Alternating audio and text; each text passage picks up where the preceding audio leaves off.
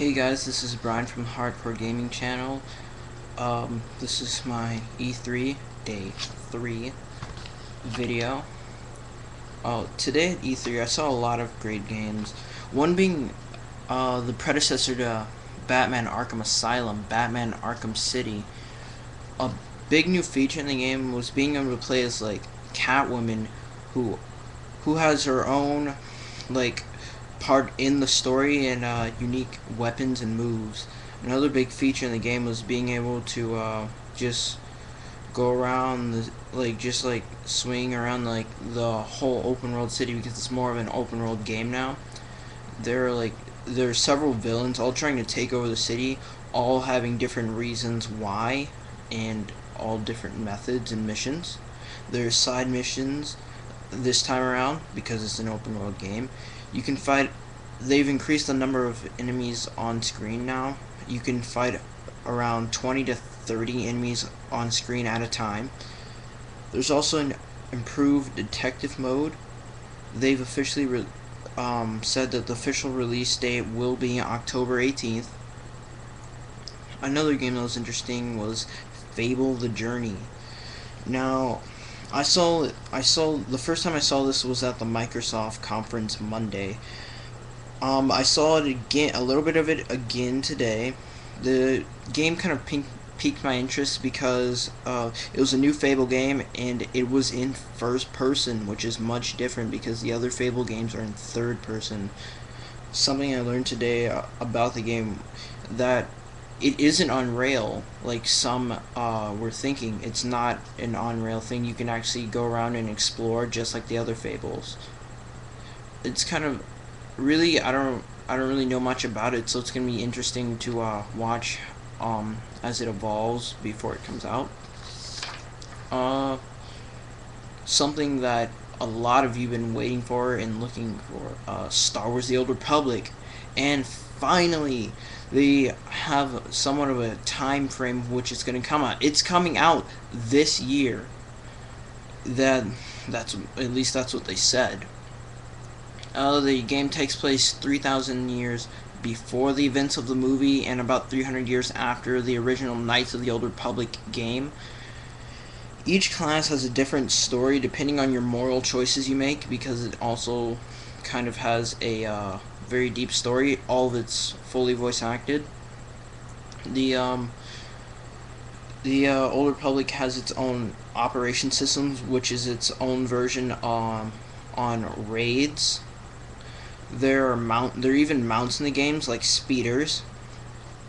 Something a lot of nerds freaked out about was the Street Fighter X Tekken crossover game. Many of you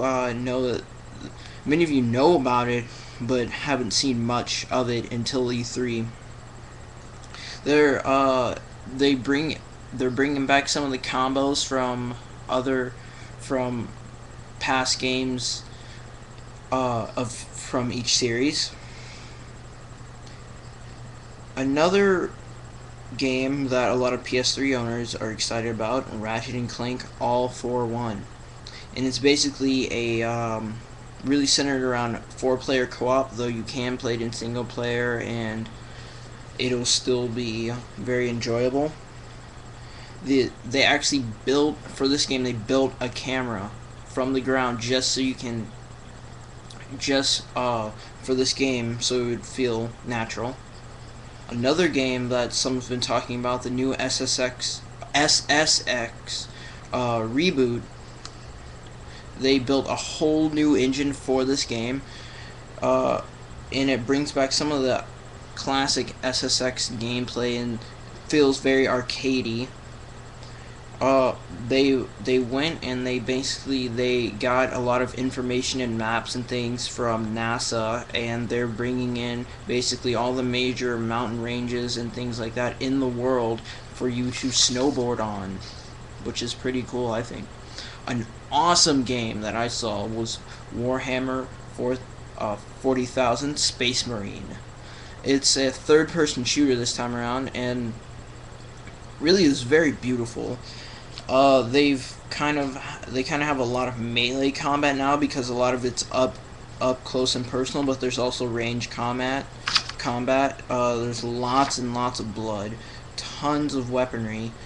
There's this system in the game where you can build up your fury meter and basically have some real-time slow motion effect.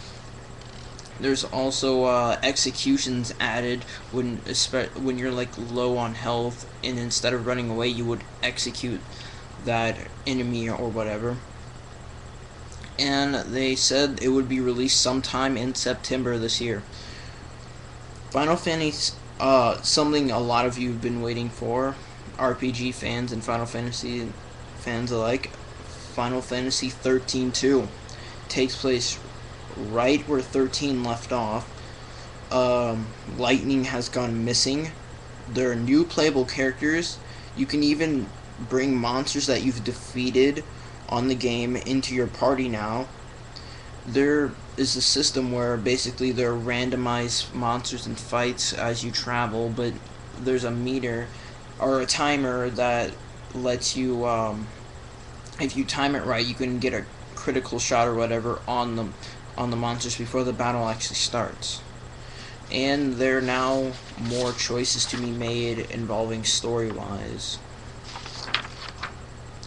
Gears 3 has a new Horde mode, which is very amazing and very impressive. It's called Horde 2.0. You can now spend money on defenses like fences, barriers, turrets, and even a silverback, which is basically a giant turret, or it's like 3 giant turrets, and you can earn money from killing enemies in Horde.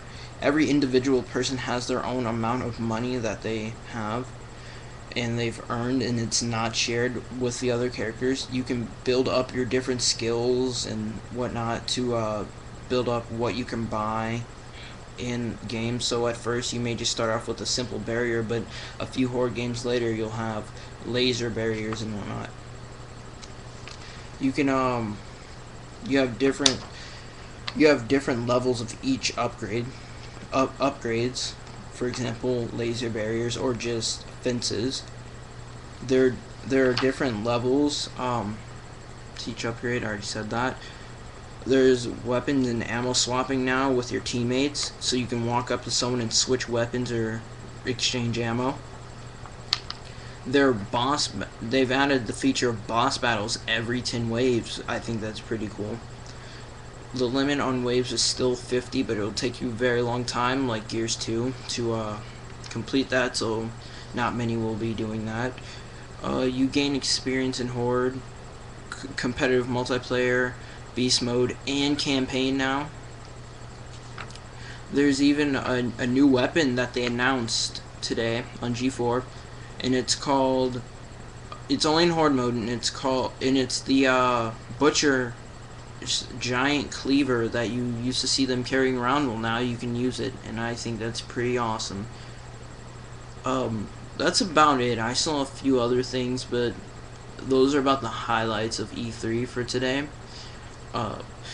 Watch my last video for E3 Day 4 tomorrow.